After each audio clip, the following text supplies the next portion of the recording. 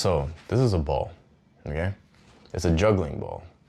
Where did this ball come from? Because the truth is in this ball.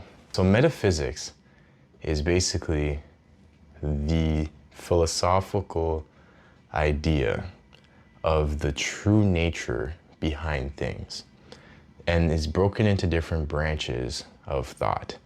The one I want to focus on more so is idealism, but basically we look at something like this ball, right? And we go, is this ball real, right? Independent of whether or not it's in our visual perception. There's ontology and there's cosmology, right? Now, ontology is basically like the nature of existence. Like, does this ball exist if we don't see it? And cosmology is basically the school of thought that this ball is not actually a ball, but it's something else. That can also branch into like causality and free will, but I don't want to go too deep into that. I just find it to be a really interesting school of thought where we equate the perceptible reality around us as energy. So there's a school of thought where everything is energy. And at a molecular level, it's a vibration. So we're in constant motion, right?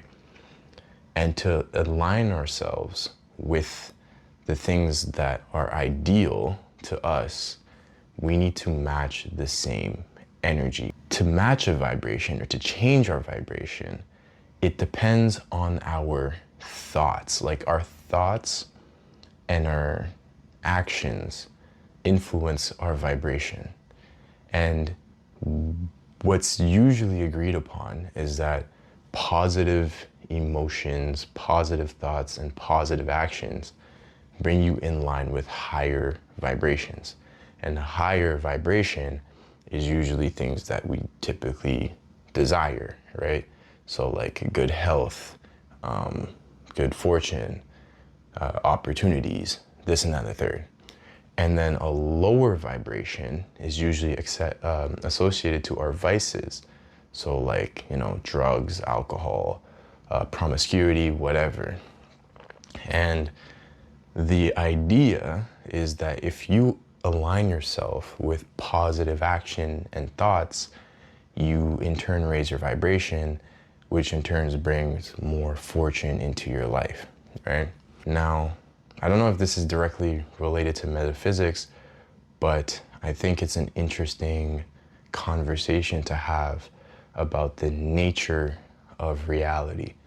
And like this idea that your mind, it usually starts with the mind. That's kind of like the general consensus, is that it starts with the mind, and that your thoughts influence your subconscious, and then your subconscious is what attracts these things into your life. And it's kind of like making the distinction of like a dream, right? Like when you're dreaming and you're asleep and you have a lucid dream or a vivid dream and it feels real, is that reality? Because if your dream state is an extension of reality, then what's to say that it isn't reality? Right? Now you can make the argument that that dream doesn't come into your entire day, but if that dream was part of the truth for you and it became your reality, how can someone disprove that as a lived experience? I think the concept of energy playing a part in our reality and the way that we experience life has some merit to it. And maybe not like in a new age way, not in a way that's like super like woo-woo, because this is very woo-woo, I'll be honest. Energy can also be called attention, right? You put your energy towards something, you put your attention towards something.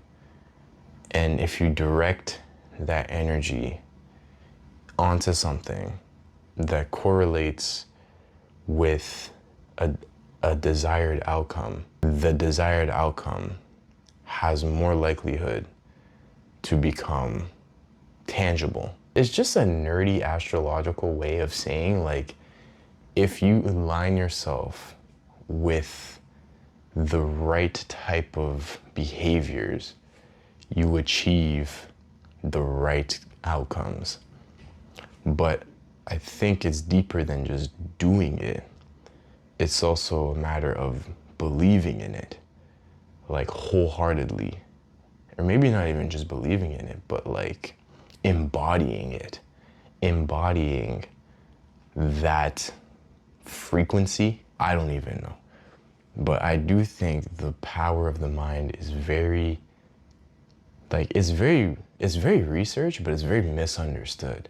Use your brain. It's basically the message. Your thoughts or your mind has a lot more influence over your reality than you would give it credit for. That's where like a lot of like successful athletes, they find their edge in like the alter ego, where they create a second personality for themselves that elevates them into the next level, or they visualize like outcomes that they want in their lives. Like I'm not saying that it's fully in your control, but I'm saying that it probably has a bigger influence than you give it credit for.